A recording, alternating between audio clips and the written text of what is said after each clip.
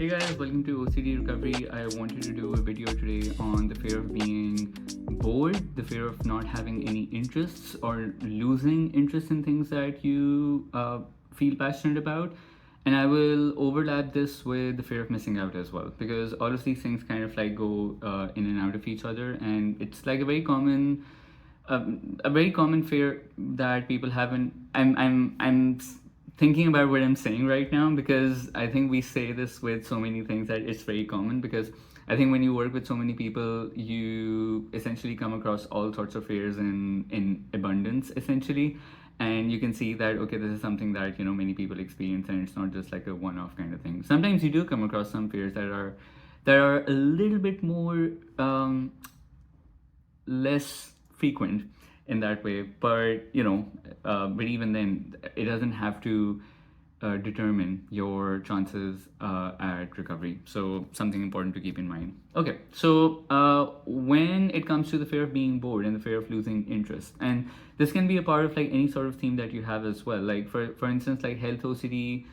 If someone has health OCD, they might think that, oh, if I have a disease, then that's something that will take over my life and I'll stop feeling joy and interest in the things that I do, which may be spending time with your family, or going out for sports, or having your job, or building a business. And it's something that will basically, everything will pale in comparison to you having that health problem. Sensory motor OCD, it's a very common thing with that, because people think that if they're going to continue to think about the blinking, or their brain is always going to be hyper aware of thoughts, feelings, or sensations all the time, therefore they won't be able to have any interest or enjoy their passions anymore. Whether if it can be their marriage, it can be traveling, it can be taking up any sort of other thing that that you love doing in life, essentially. And I think what many people then do is they try very compulsively to keep recreating that feeling of joy and happiness. I used to do this quite a lot, by the way, because when I started suffering terribly from OCD, I've been suffering with OCD since I was 13 years old, but it got really bad when I was 19 years old. Like it just went to another absolute skyrocketing level. And one of the main big immediate symptoms that I started feeling was emotional numbness. And I didn't feel interested in anything. I did not want to do anything, even things that I felt absolutely passionate about. Like I was always someone that was very passionate about like creative outlets and creative things in life, right? So why does it keep sliding? So it was film, music, art, writing, books. Like I just absolutely loved reading books. I was a very avid reader as well. So I was interested in all those sorts of things because those were my passions, and I loved creating art and all those things as well. And so when I started feeling emotionally numb, I was so, at the same time, I was sad that I had lost interest in those things, but at the same time, I also desperately wanted to have those things back again in my life. So I would go to bookstores to try and recreate that feeling of excitement looking at a book and buying a book. I would try and force, almost like, to check whether I still feel passionate about making art or not. I would try, and sometimes, very rarely, I mean, maybe like once in 6 months, I would try and make some art. But obviously, because it was so spaced out, I mean, obviously, if I'm just sitting for like 30 minutes trying to make art, I'm not going to feel inspired. I'm not going to feel interested in it. But as soon as I wouldn't feel the same level of excitement and joy from making art, I'd be like, yeah, that is lost. I can't, it's not going to come back. And then I would feel sadder because my attempt at trying to feel that passion again would completely would be absent. So that would make me feel quite sad. Then I would sometimes listen to like a song that once made me feel a certain kind of emotion or whatever, right? And I would listen to it over and over again, kind of thing. Or I would watch like a live performance of like a song that I used to really love, and see if I still feel that same level of like emotion and joy and interest in it in when certain parts of the song came on. So I would try and force those feelings to try and check if I still had interest or not. Why? Because I was afraid that I had lost lost those kind of interests and passions in my life. So you will also probably find yourself desperately trying to cling on to things in your life that make you feel that way, and you don't want to give those up, because it's like, no, if I give these up, then I'll be so sad, I won't feel that kind of joy. And you have to keep in mind, part of it is also influenced by the culture that we obviously live in right now as well, which is where the fear of missing out comes out. I think we are all overly exposed to just pictures and videos and content of people living their best life or living life to the maximum, and living with this mindset of like, you only live once, take the chances and take the risks. But I mean, I think obviously it's something that logically people know, but it's still hard to believe it until you actually see it for yourself up front in person and witness something like that. But obviously these things are so misrepresented just on social media as well. Not saying that people don't work hard for things and stuff like that, but obviously when they're writing captions and when they're trying to trying to give a certain kind of messaging and whatnot as well, they obviously you have to portray it a certain way, and you have to pose it a little bit and just like try to get more attention and try to inspire like the maximum amount of hope and and provoke, not in a bad manipulative sense, although I mean obviously social media is full of that as well. But you have to provoke quite a lot of emotions, right? So everyone is talking a big game about doing everything that you're passionate about and this and that and whatnot. Also, I mean, those are the stories that you do get to hear where people are doing some of these things. You don't get to hear like the millions of other stories where people tried in their life and maybe they weren't able to achieve their goals and they weren't able to achieve their dreams. You don't get to hear those stories because those stories don't. I mean, because they're cynical and whatnot, people don't want to publicize them, and it can be embarrassing and shameful to share some of those stories. So obviously, those are things that people don't do.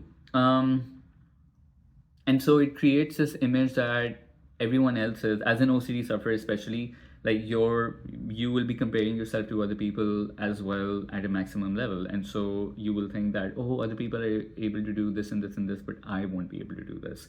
Everyone else is able to live their life, I'm not able to live my life. I'm not able to enjoy the things in my life. Everyone else does. Everyone else is traveling, I'm not. Everyone else has a partner, I don't have one. Everyone else is having children, I don't have children. So the comparison will always be there, right? So the fear of missing out, like, is I think, especially, I mean, even the term FOMO, I think it's probably, I wouldn't be surprised if it's like an official part of the Oxford Dictionary or something like that as well, because I mean it's become part of our overall lexicon of the words that we use, right? I'm having FOMO. It's become a verb, a feeling in that way. So, and obviously it's a product of the culture that we live in. So that will also influence quite a lot of your fears of not being interested enough, not enjoying life to the maximum as much, and this constant like thirst and desperation for like living life to the maximum. I mean, there's so many people who say that phrase to me on one-to-one calls. I just want to live my life to the fullest. I just want to live my life to the maximum potential. And there is a certain kind of like, I think, self-centered, egocentric kind of thing almost to that as well, because it's like you're and I'm not saying people don't have potential. Obviously people have potential, but I think it's a little bit of a conceited thing as well, to be like, I want to achieve and maximize my potential because I want to achieve like these big great things in life.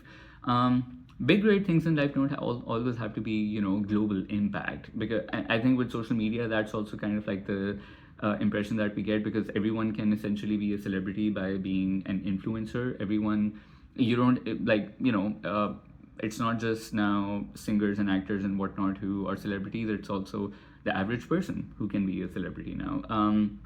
So I think the impression that we get as well is that if I do XYZ and think I will achieve this like global impact and global fame, and people all around the world are going to listen to my message and that kind of stuff. But again, there's nothing wrong with that. I mean, there's nothing inherently wrong with that. But I think if you're when you have this like almost built-in kind of default belief that this is where life must take me and this is what I must achieve, then obviously you're going to set up a trap for yourself, because those are things that are, number one, not easy to achieve, but also you're always going to be comparing yourself to someone or something bigger than you.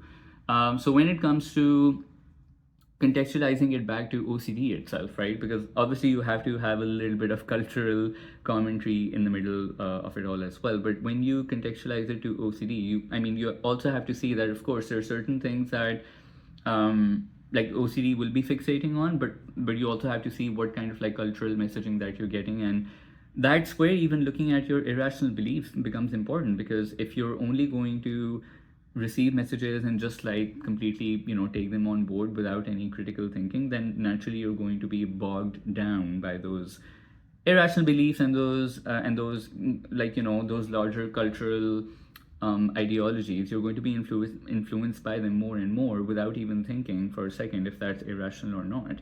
But if we really strictly then start talking in like OCD terminologies, look at what your irrational beliefs are about it.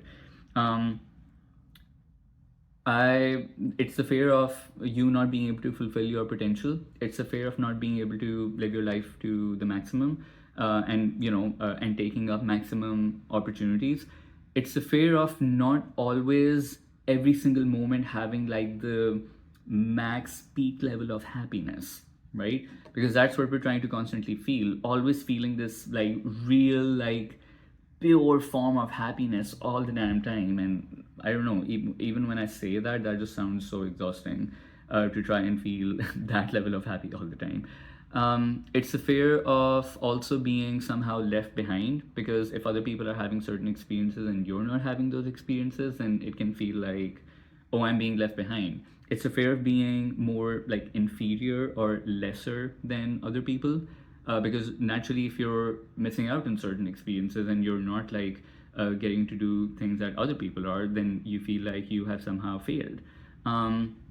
Of course, the fear of being a failure, the fear of being maybe a loser, the fear of being rejected, fear of and obviously it can overlap with so many different things, to be honest. It can be the fear of not being good looking enough, it can be the fear of not being rich enough, it's the fear of financially struggling, and being embarrassed about financially struggling. So look at what are the fears behind you, of course, like feeling like, oh, I won't be able to have interest in life, or I will be bored in life, or I'll miss out on things in life.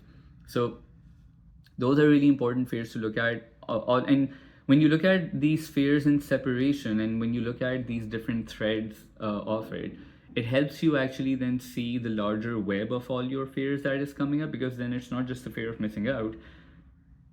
There's so many things attached to it. Or if you have, let's say, sensory motor OCD, and there's that hyper awareness and the fear that that hyper awareness is going to interfere with your life.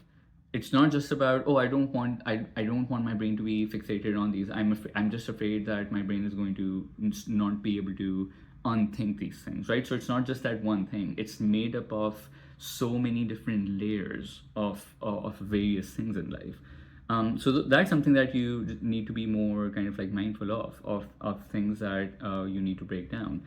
And of course, then secondly, as always, like looking at what are some compulsive behaviors that you're doing. Are you trying to curate a certain kind of image? Are you trying to, even like in conversations with friends, are you trying to, I don't know, talk yourself up and portray yourself to be something that maybe you're not? Or you're trying to lie about, yeah, I'm doing very well in my life and I'm making this much money. Like, these are little lies that we're also telling, because we want to just like not appear to be any less than anyone else, and we want to always appear like we are doing constantly well. We have it figured out, and we're doing this and that. I was having a conversation with someone the other day on a one-to-one call, and I was saying that in this chase of not wanting to miss out and always wanting to be at par with the rest of the rest of society and with your peers and everything, people are often spending money that they don't have. They're spending money in restaurants and in places that they don't. They're going on holidays and they're booking hotels with money that they really don't have, and then they're struggling month to month. Why? Because they're trying to keep up with this entire persona of like, hey, I've got this. Because saying that, hey, I don't have money enough for XYZ thing feels very embarrassing and shameful to be able to do that. So I think there's so many compulsions that can go into all of this, but I just wanted to like highlight this because it is like a fear that I think is not talked about enough in that way. And I mean, because maybe it's not one of the most common or one of the biggest ones, but I speak to a fair amount of people who have this, and it again, it can come from a relationship OCD angle as well, the fear of missing out, or the fear of not being interested or being bored with your partner, because it's like, you know, I want my partner to be someone I'm always interested in and I always have fun with. I want my partner to be the best looking because I don't want to miss out on other intimate or romantic experiences. But what if I get along with someone else that's better and this and that? And then asking people for reassurance that, what do you think about my boyfriend or my girlfriend? Like, what do you think how they are? Do they look nice? What do you think about their personality? Do you think I will get along with them? What do you think about this personality trait? So there's so much that can, like, obviously this fear can apply to different themes and different angles and whatnot. So but I just wanted to have a little bit of a video. I mean, it's not a little, it's like more than 15 minutes at this point, but I wanted to have a little bit of commentary on where the fear of missing out and the fear of being bored and not having interest can stem from, and how we can, and what are some of the angles that we can look at, what are the perspectives we can keep in mind. And of course, as always, if you have any questions, please let me know and I'll be happy to answer them. And maybe even I can do like a follow-up video on something around this where, like an aspect of this where you feel like that you want covered more, but I'm taking suggestions for YouTube videos these days anyway, and I have like a list of what, like I have 25 video topics that I've written down already. But if you have any more as well, let me know, and I'll see you guys soon. Bye.